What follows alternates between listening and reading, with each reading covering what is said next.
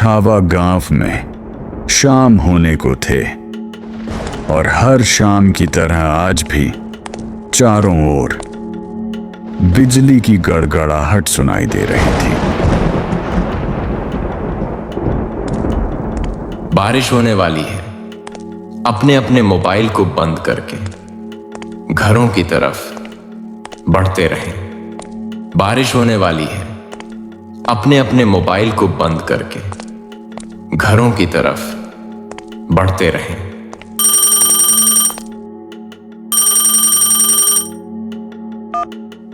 Hello जी मुखिया जी, बोलिए।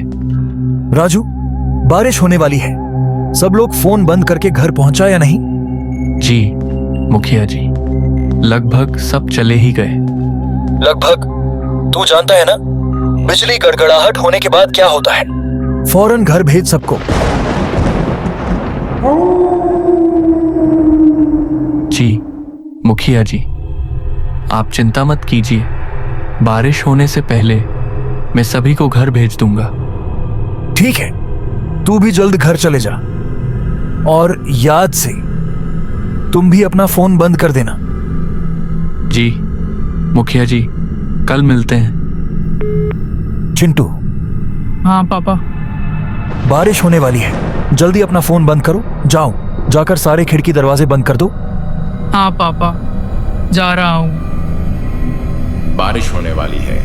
अपने अपने घरों की तरफ बढ़ते रहो। बारिश चलो रे सब, अपने अपने दुकान बंद हो गई। बढ़ते रहो। अरे काकी, चाय तो पिला दे। अरे बावले, आवाज नहीं सुनी तूने? बारिश होने को है, जल्दी से घर निकल वरना। अरे बुढ़िया, तू बहुत डरती है। ये सब बस छोटे मोटे बारिश हैं, इतना दिमाग मत लगाया कर। राहुल बेटे, थारे से बहस करने का समय ना है हमारे पास। बेहतर होगा कि बारिश होने से पहले तू अपने घर पहुंच जा, क्योंकि अगर रास्ते में बारिश पकड़ लिया तो दोबारा यहाँ मत आइयो, क्योंकि मैं दरवाजा ना खोलूंगी। समझ गया ना? जा यहाँ से। हाँ हाँ, जाता हूँ जाता हूँ। हाँ बोलिए मुखिया जी। काकी, सब लोग घर चले गए ना? हाँ, सब चले गए। ठीक है, आप भी याद से फोन बंद कर लेना।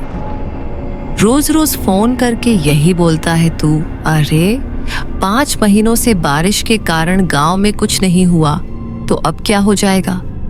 5 महीने पहले जो बारिश के कारण हुआ था वो दोबारा भी हो सकता है, इसलिए सावधानी जरूरी है। पापा, हाँ, सारे खिड़की दरवाजे बंद कर दिए। और पर्दे लगाए? पर्दे क्यों? खिड़कियां तो बंद कर ही दी है। और वैसे भी वो लोग तो तभी अंदर आ सकते हैं ना, जब उन्हें अंदर बुलाया जाए। तो फिर चिंटू, होश में हो? क्या बोल रहे हो? अरे, हम पर्दे उनसे छिपने के लिए थोड़ी ना लगाते हैं, बल्कि इसलिए लगाते हैं ताकि हम उन्हें ना देख सकें, उनसे बात ना कर सकें और उनके बहकावे में ना आ सकें। ऐसी गलती बहुत से लोगों ने की थी। उनके साथ क्या हुआ यह पूरा गांव जानता है। इसीलिए अच्छा होगा कि हम वो गलतियां दोहराएं नहीं। पापा, क्या बारिश में मम्मी के साथ भी ऐसा ही कुछ हुआ था? क्या वो भी? बारिश होने लगी। जाओ, जल्दी से जाकर पर्दे लगा दो। वो लोग अब आते ही होंगे। मुखिया जी की बात मानकर चिंटू खिड़कियों पर पर्दे लगाने के लिए चला गया, पर अभी वो पर्दे लगा ही रहा था कि उसने ऐसा कुछ देखा जिससे उसके होश उड़ गए। चिंटू बेटा। हाँ मम्मी, आप? हाँ बेटा, मैं ही हूँ। पर आप यहाँ कैसे? तुमसे मिलने आई हूँ बेटा। हाँ, पर आप तो मर गए थे ना? नहीं तो देखो मुझे, मैं तो जिंदा हूँ। लेकिन पापा ने तो बोला आप मर चुके हो। फिर तुम्हारे पापा झूठ बोल रहे हैं बेटा। मतलब आप मरे नहीं हो? नहीं, मैं तो बस रास्ता भटक गई थी। आज बहुत मुश्किल से तुम्हारे पास आई हूँ, बस तुमसे मिलने। हाँ सच्ची? हाँ बेटा हाँ। अब चलो, मुझे अंदर आने दो, नहीं तो मैं बारिश में पूरी तरीके से भीग जाऊंगी। हाँ मैं पापा को बोलता हूँ। नहीं नहीं, पापा को क्यों बुला रहे हो? वो मुझे देख तो पाएंगे नहीं, और जब तक मैं उन्हें समझाऊंगी तब तक तो बहुत देर हो जाएगी। इसलिए तुम ही जल्दी से दरवाजा खोल दो। पर पापा ने बारिश होने के बाद दरवाजा खोलने से मना किया है। बेटा मेरे पास ज्यादा वक्त नहीं है, मैं ज्यादा देर तक बाहर नहीं रह सकती। तुमने दरवाजा नहीं खोला तो। नहीं मैं खोलता हूँ। धन्यवाद बेटा। तो चिंटू अपने घर के दरवाजे पर पहुंचा और दरवाजा खोल दिया। पर जब सामने कोई नहीं देखा तो उसने अपनी मम्मी को पुकार लगानी शुरू की। मम्मी मम्मी, अरे मम्मी कहाँ गई? मम्मी कहाँ हो? जल्दी आओ ना। चिंटू, पापा। तुमने दरवाजा क्यों खोला है? चिंटू बेटा। मम्मी। चिंटू मम्मी को अपनी ओर आते देख ही रहा था कि तभी मुखिया जी ने एकदम से लाइट्स बंद कर दी, और लाइट के अचानक बंद होते ही चिंटू पीछे पलटा तो उसके सामने अंधेरे में मुखिया जी खड़े थे, जो चिंटू को मुंह बंद रहने का इशारा कर रहे थे। चिंटू बेटा, अरे कहाँ चले गए? तुम देखो मैं आ गई। मम्मी से नहीं मिलोगे? चिंटू चिंटू। नव्या चिंटू को आवाज लगा रही थी, पर वो वहां था ही नहीं, क्योंकि मुखिया ने उसे बगल वाले कमरे में छिपाकर दरवाजा बंद कर दिया था। पापा, बाहर मम्मी थी और। चिंटू शांत हो जाओ, मैंने कहा था ना तुम्हारी मम्मी मर चुकी हैं। पर पापा उन्होंने कहा कि वो जिंदा है। चिंटू बेटा, तुम अंदर हो ना? दरवाजा नहीं खोलोगे? तुम्हारी मम्मी आ गई हैं, दरवाजा खोलो बेटा। पापा। कोई आवाज मत करो। लेकिन पापा मुझे मम्मी से मिलना है। तुम्हें अगर सच में लगता है कि वो तुम्हारी मम्मी है तो उनसे कल सुबह मिल लेना, ठीक है? पर अभी के लिए शांत हो जाओ। मुखिया जी, अरे मिलने दो ना मुझे चिंटू से। कब तक झूठ बोलोगे उससे कि मैं मर चुकी हूँ? मुखिया जी, आप सुन रहे हैं ना? पापा। बेटा बिल्कुल भी ध्यान मत दो और आंख बंद करके सो जाओ। पापा मम्मी ये क्या बोल रही है? शांत रहो चिंटू, कल सुबह मैं तुम्हें सब समझा दूंगा, पर अभी के लिए चुपचाप आंखें बंद करो और सो जाओ।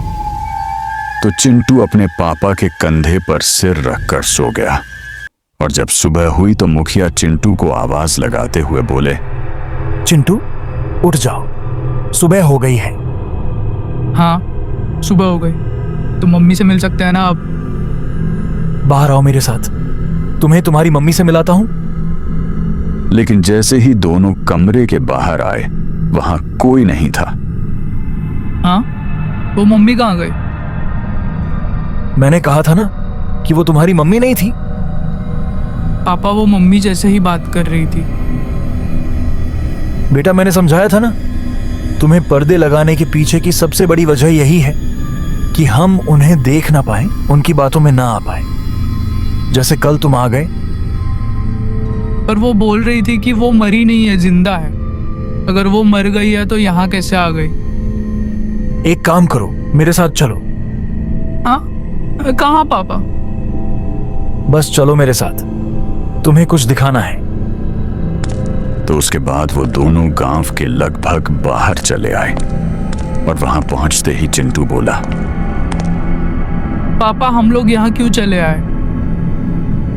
बताता हूं, पर पहले आसपास देखकर यह बताओ कि यहाँ क्या दिख रहा है तुम्हें? यहाँ तो कुछ भी नहीं है। आसपास बहुत सारे पेड़ हैं, सामने गांव से बाहर जाने का रास्ता है, और पास में राहुल भैया का घर है। तुम्हें कहीं पर कोई मोटा सा पेड़ दिख रहा है क्या? हाँ, वो उस तरफ एक मोटा पेड़ है। क्यों, क्या हुआ?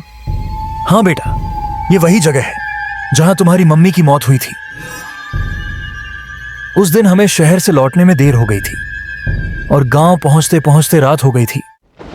आसमान में बिजली के गड़गड़ाहट जोरों जोरों से हो रहा था। उस समय गांव के सभी घरों की खिड़की दरवाजे बंद हो गई थी, इसीलिए बिजली की गड़गड़ाहट रुकने तक हमारे पास झाड़ियों में छिपे रहने के अलावा कोई चारा नहीं था। हम लोग एक झाड़ के पीछे छिपे ही थे कि जोरों जोरों से बारिश होने लगी। तभी मैंने उस जगह एक आवाज सुनी। नव्या, क्या हुआ? चिंटू के पापा, काफी जोरों से बारिश पड़ने लगी है, हमें कहीं और जाना पड़ेगा। हाँ, पर कहाँ? आसपास कोई घर है क्या? घर तो है, पर मुझे नहीं लगता कि अभी कोई दरवाजा खोलेगा। तो अब क्या करें? चिंटू के पापा, वहां एक मोटा सा पेड़ है, हम उसमें जाकर छिप सकते हैं। ठीक है, चलो। तो हम दोनों फटाफट उस पेड़ के पास पहुंच गए। पर फिर क्या हुआ? मैं तो पेड़ के पास चला गया, पर तुम्हारी मम्मी मेरे पीछे नहीं आ पाई, क्योंकि तभी उसको किसी का कॉल आया। तभी अचानक उसकी चीखें सुनाई दी।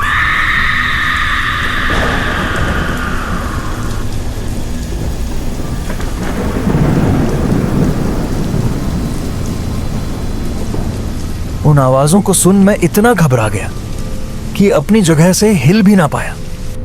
पर थोड़ी ही देर बाद तुम्हारी मम्मी की आवाजें आनी बंद हो गईं। कुछ देर बाद गांव के लोगों की आवाज सुनाई देने लगी। मैं समझ गया था कि सुबह हो चुकी थी, तो मैं तुम्हारी मम्मी को आवाज लगाने लगा, पर वहां अब कोई नहीं था। मैं कई दिनों तक उसके लौटने का इंतजार करता रहा, पर वो नहीं लौटी। फिर जब गांव वालों ने मुझे बताया कि रात होने के बाद नव्या भूत बनकर इस गांव में घूमती है, तो मुझे पता चला कि तुम्हारी मम्मी मर चुकी है।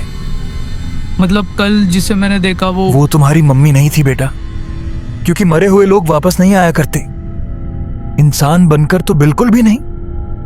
अपने पापा से बात करने के बाद चिंटू के मन में बहुत सारी बातें चल रही थीं और वो उन्हीं ख्यालों में खोया हुआ काकी की दुकान में बैठा हुआ था कि तभी हर तरफ से आवाजें आनी शुरू हो गईं। बारिश होने वाली है, अपने अपने घरों की तरफ बढ़ते रहे। बारिश होने वाली है। आज फिर बारिश होने लगी, निकलो अपने अपने घरों की तरफ। अरे बुढ़िया, तू फिर शुरू हो गई। बोला था ना ये सब फालतू की बातें हैं। अरे बावड़े, दिमाग घूमने गया है क्या थारा? जानता है ना बारिश होने के बाद क्या होवे है, कच्चा चिवा जाएगा वो। अच्छा, और तुझे कैसे पता कि वो कच्चा चबा जाएगा? क्योंकि आज तक जो भी रात को बाहर रुका है वह मारा गया है। अच्छा, फिर मुखिया जी कैसे बच गया? हाँ, वो भी तो फंसा था ना बारिश में रात को अपनी लुगाई के साथ। मैंने बोला ना, थारी फालतू बातें सुनने के लिए हमारे पास टाइम ना है। जा निकल अब यहाँ से। हाँ, जाता हूँ। इतना कहकर राहुल वहां से चला गया, पर राहुल की बात ने चिंटू का ध्यान जरूर खींच लिया था। तो वो भी अब यह सोचने लगा था कि उस रात उसकी मम्मी तो मर गई, पर पापा कैसे बच गए। वो ये सब बातें सोच ही रहा था कि तभी काकी बोली, अरे छोरे, हाँ, बात ना सुनी क्या तूने हमारी? बोला ना घर से निकल। जी दादी, जाता हूँ। तो चिंटू हड़बड़ाता हुआ काकी की दुकान से बाहर निकल आया। वो घर के लिए निकलने ही वाला था कि उसके मन में एक और ख्याल आया और वो सीधा राहुल के पीछे चल पड़ा। राहुल भैया, थोड़ा रुकिए। क्या हो गया लड़के, कहाँ भागा चला आ रहा है? वो मुझे ना आपसे एक बात पूछनी है। जल्दी पूछ, क्या पूछना है? वो आप वहाँ दादी को बोल रहे थे ना कि एक रात मेरे पापा और मम्मी बाहर रह गए थे और मम्मी वहाँ से गायब हो गई, पर पापा किसी तरह बच गए। अरे तुम्हारे पास हमारी ही बात दोहराने आया है? जल्दी पूछ, क्या पूछना है तने? नहीं, मैं ये बोल रहा था कि आपका भी घर उसी पेड़ के पास है ना? हाँ, तो आपने कुछ देखा था क्या? क्या कमाल है, बाप अंधा कानून। और बेटा सीआईडी, हाँ देखा था, सब कुछ देखा था। कैसे तुम्हारी माँ को चुटकियों में राख बना दिया, उसमें तुम्हारे बाप भी राख बन जाता, लेकिन साला पेड़ के पास छिपा रहा। लेकिन पापा को क्यों कुछ नहीं हुआ? अरे बारिश होने लगी, अब चल हमारे साथ मेरे घर। नहीं, मैं घर जाता हूँ। अरे छोरे, अब घर जाने का मौका खत्म हो गया, आधे रास्ते में चलकर राख हो जाएगा। चल अब हमारे साथ। राहुल चिंटू को लेकर अपने घर चला गया। वहीं मुखिया जी अपने घर में परेशान हुए जा रहे थे। ये चिंटू कहाँ रह गया? अब तक घर क्यों नहीं आया? काकी को पूछता हूं। हेलो काकी। हाँ मुखिया जी, मुझे लग ही रहा था कि आपका फोन आएगा। सब लोग जा चुके हैं, दरवाजे खिड़कियां भी लगा ली हैं और बारिश में फोन भी बंद कर देंगे। काकी चिंटू है क्या वहां? चिंटू वो तो कब का निकल गया।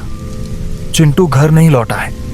मुखिया जी एक काम करो, बाकी लोगों को फोन करके पूछ लो, क्या पता चिंटू किसी के यहाँ रुक गया हो। हाँ ठीक है काकी। वहीं चिंटू राहुल के साथ उसके घर चला आया।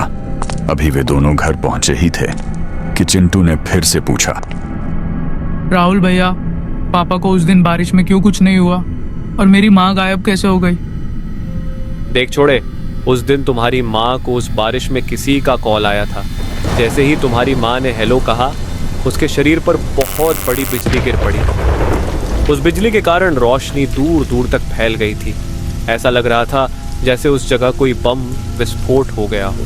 जब रोशनी कम हुई और मैं उस जगह गया तो देखा कि तुम्हारी माँ जलकर राख बन चुकी थी। तब से तुम्हारे अंधे पिताजी बिजली की कड़कड़ाहट से बहुत डरने लग जाते हैं।